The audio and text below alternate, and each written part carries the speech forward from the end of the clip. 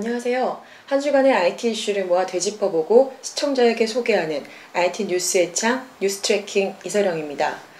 두문불출 중인 스티브 잡스 CEO가 마침 외부의 모습을 드러냈습니다. 시한부설까지 돌았던 터라 더욱 화제를 모았는데요. 스티브 잡스의 부재와는 관계없이 애플의 시계는 변함없이 돌아가는 모습입니다. 새로운 맥북 프로가 최근 발표된 데 이어 아이패드 2가 3월 2일 드디어 공개된다는 소식이 들어왔습니다. 어떤 놀라운 기능으로 소비자들을 즐겁게 해줄지 벌써부터 관심이 집중되고 있습니다. 주간 핫 이슈 본격적으로 시작해 보겠습니다. 스티브 잡스 애플 CEO가 오바마 미국 대통령을 만난 사진이 공개되면서 많은 관심을 불러일으켰습니다. 스티브 잡스는 지난 1월 초 질병 치료를 위해 병가를 냈는데요.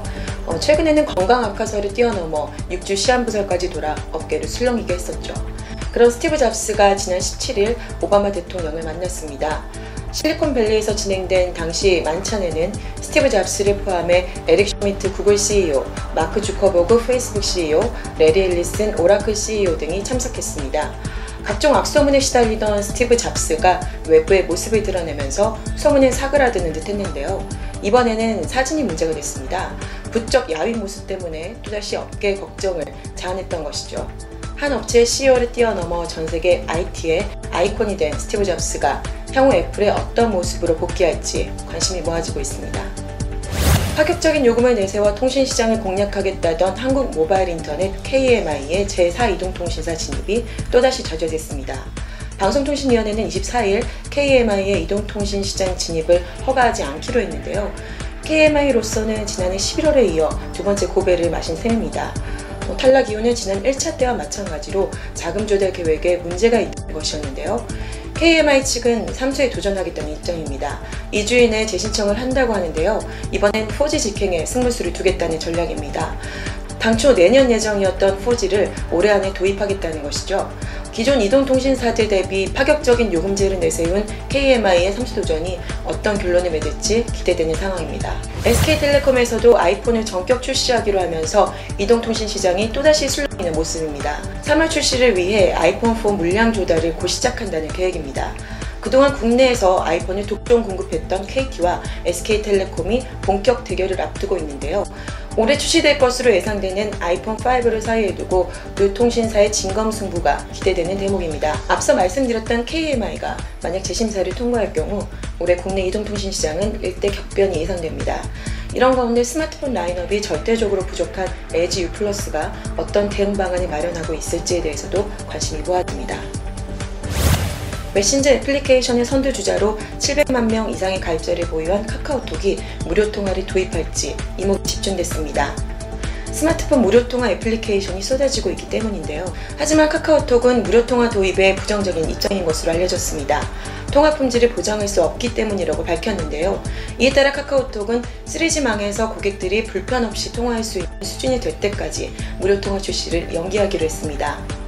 이를 위해 전문가를 영입하려고 한다는 소식도 전해왔습니다. 카카오톡이 문자메시지 시장에 적지 않은 영향을 미치고 있는 만큼 향후 음성통화 시장에도 어떤 여파를 몰고 올지 기대되는 상황입니다.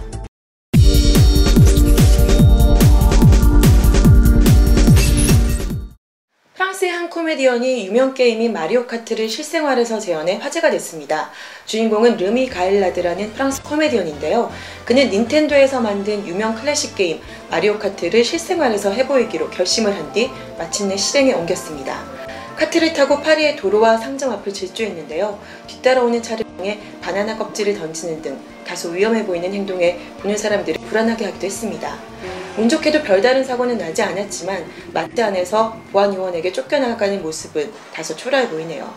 가일라드는 종종 유명 게임이나 영화를 패러디하는 것으로 알려졌습니다. 어쨌든 어린이들이 이 영상을 절대 볼 수 없도록 주의를 기울여야겠네요.